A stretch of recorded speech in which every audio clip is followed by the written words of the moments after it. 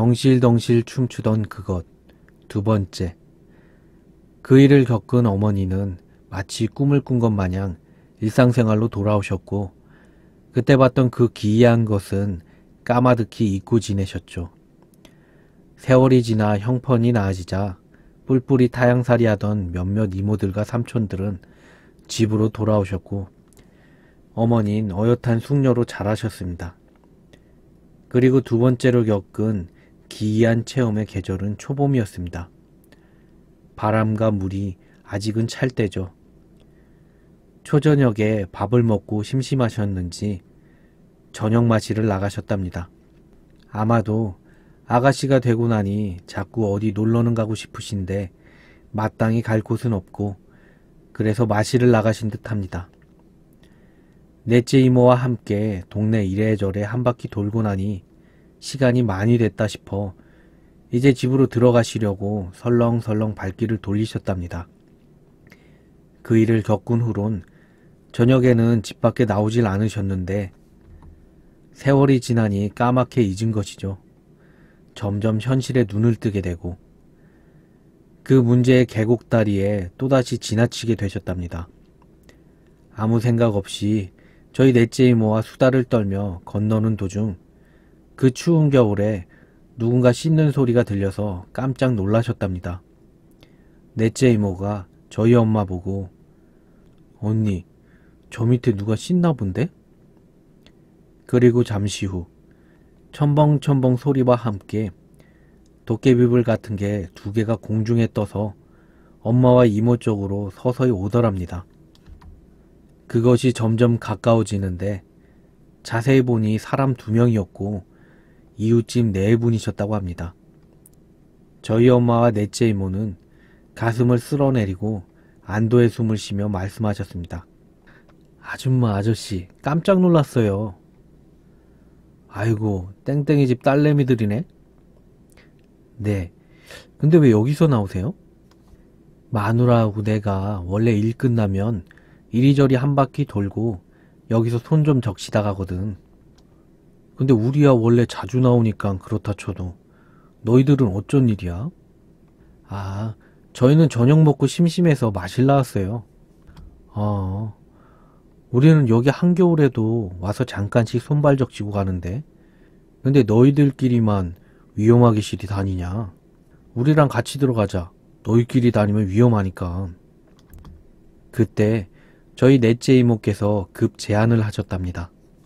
언니, 나 뭐 먹고 싶다. 아까 밥 먹고 나왔잖아. 우리 조금만 기다렸다가 동희 오빠 오면 맛있는 거 사달라고 하자. 언니도 돈 없지? 지금 이 시간에 돈 있어도 맛있는 게 어디서 팔아. 아 몰라. 그냥 집에 들어가려니까 왠지 아쉽다. 저희 엄마는 잠시 고민하시다가 넷째 이모의 급 제안에 곧 동의하셨답니다.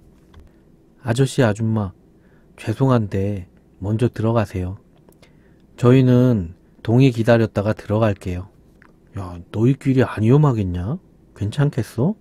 남자들이야 혼자 놔둬도 괜찮은데 아가씨 둘은 이렇게 두고 가려니 마음이 안 편해서 그렇지. 괜찮아요. 저희도 이제 다 컸어요.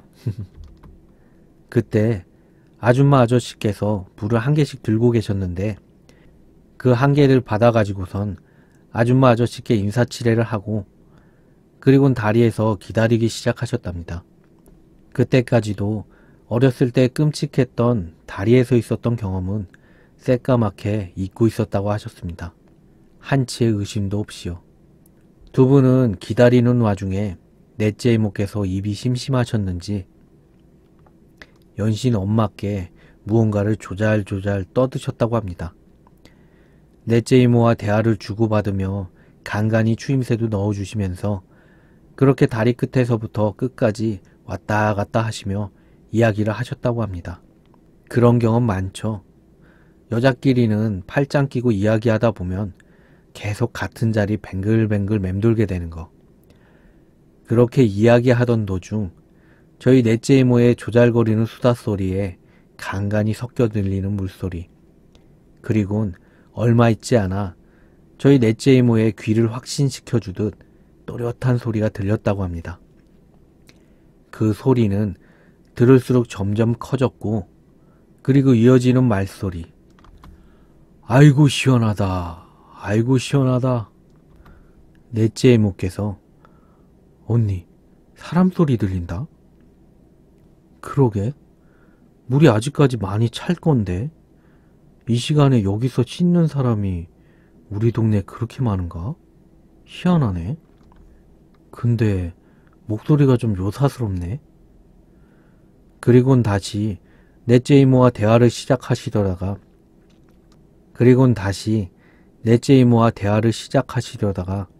고개를 다리 밑으로 획 돌렸답니다. 시야에 뭔가 들어왔기 때문이죠. 다리 밑으로 그 씻는 사람이 희끄물에 보이더랍니다. 저희 엄마는 한참 동안 그것을 지켜보았답니다. 그 모습은 선명하지 않았고 좀 더 자세히 보기 위해 다리를 약간 구부리셨다고 합니다.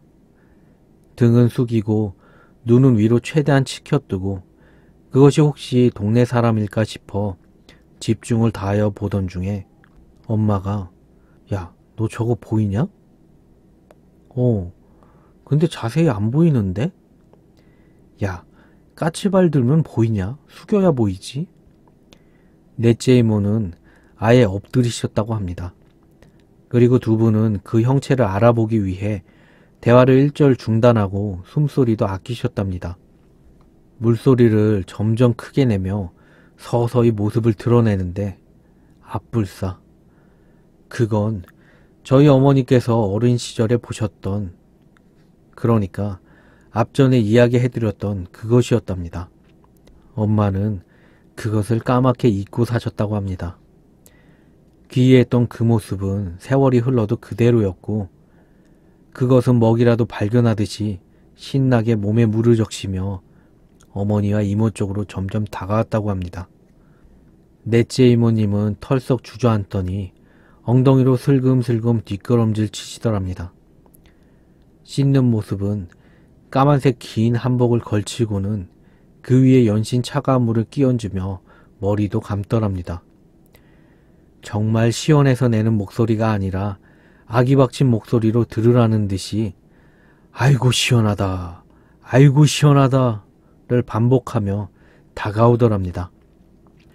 그 옛날 첫째 이모의 목소리를 흉내내던 기이했던 모습이 동시에 떠올랐고 손으로 물을 퍼서 옷 위에 끼얹으며 아이고 시원하다 하면서 가까이 와 있고 머리에 물을 끼얹으며 아이고 시원하다 하면서 또 가까이 와 있고 두 가지 행동을 반복하면서 점점 가까이 오더랍니다. 손은 머리카락 사이에 집어넣은 채 물 밖에 올라와서 가만히 서 있더니 넋 빠진 어머니와 이모가 있는 다리 쪽으로 오더랍니다. 너무 가까워진 거리, 관찰하기 싫지만 눈에 보이는 건 어쩔 수 없으셨겠죠. 내 얼굴은 입 외에는 아무것도 없다는 듯 얼굴 반을 덮고 있는 젖은 머리카락, 그리고 머리카락 사이로 집어넣은 앙상한 손가락, 목은 거의 없다시피 했답니다. 아이들이 그림을 각 그리기 시작할 때 얼굴 다음에 목 빼고 몸통을 바로 그려놓은 그림처럼요. 그 괴기스러운 모습을 보고 있자니 오줌포에 힘이 풀리셨다고 합니다. 그리고 천천히 입을 띄더니 그 입에서 나온 소리는 들어와서 내 머리 좀 감겨둬. 내 머리 좀 감겨둬. 내 머리 좀 감겨둬. 나중엔 머리 좀 감겨달란 소리가 점점 빨라지더랍니다. 들어와서 내 머리 좀 감겨둬. 머리 좀 감겨둬. 머리 좀 감겨둬. 그 목소리를 듣고 있자니 싫어도 꼭 그렇게 해야만 하는 압박감이 밀려오더랍니다. 쉴 새 없이 바쁜 그것의 입모양. 그러더니 머리 좀 감겨둬 하고 나중엔 악을 쓰며 소리소리를 지르더랍니다.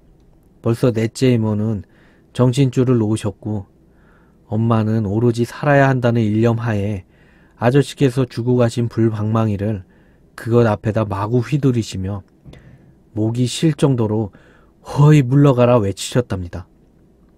그렇게 얼마만큼의 시간이 지났을까요? 저희 엄마가 정신을 차리셨을 땐 횃불은 이웃집 아주머니 손에 들려있고 외할아버지께서는 엄마를 마구 흔드시며 한쪽 뺨을 계속 때리시더랍니다. 외할머니는 축 처진 저희 엄마를 부축하고 넷째 이모는 외할아버지 등에 엎인 채로 횃불을 든 이웃집 아주머니와 함께 집으로 돌아오셨답니다. 그리고 그 다음날 어머니도 그렇고 넷째 이모도 그렇고 집 밖으로 꼼짝도 못하셨다고 합니다.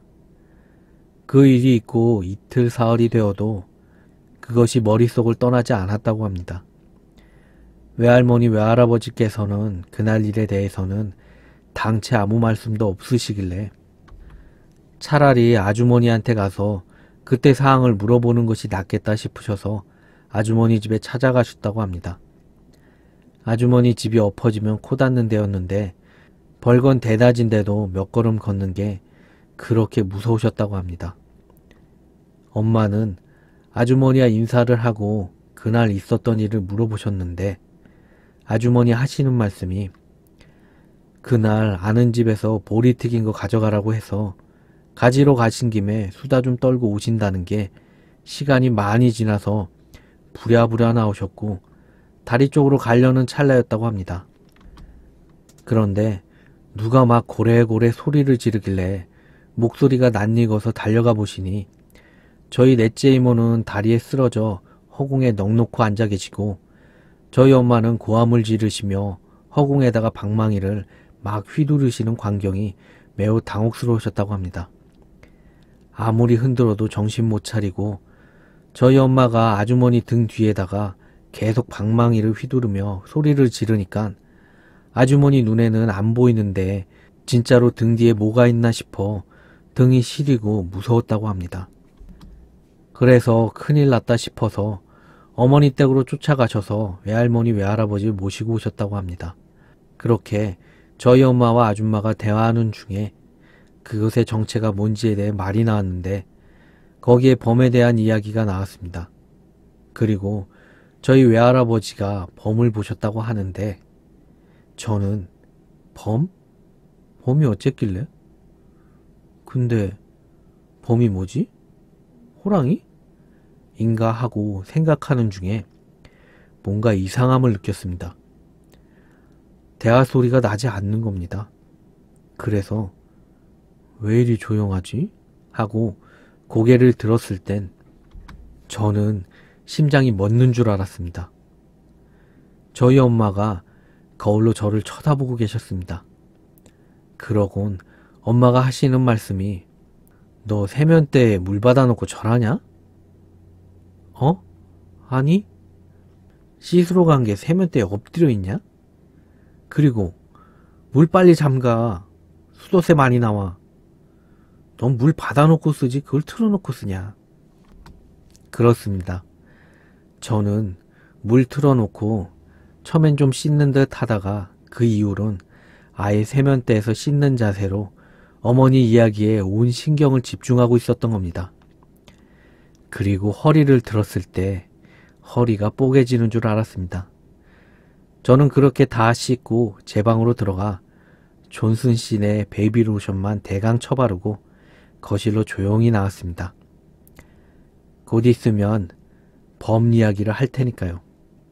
눈은 TV를, 손은 TV 볼륨을 줄이며 귀는 부엌으로 집중시켰습니다.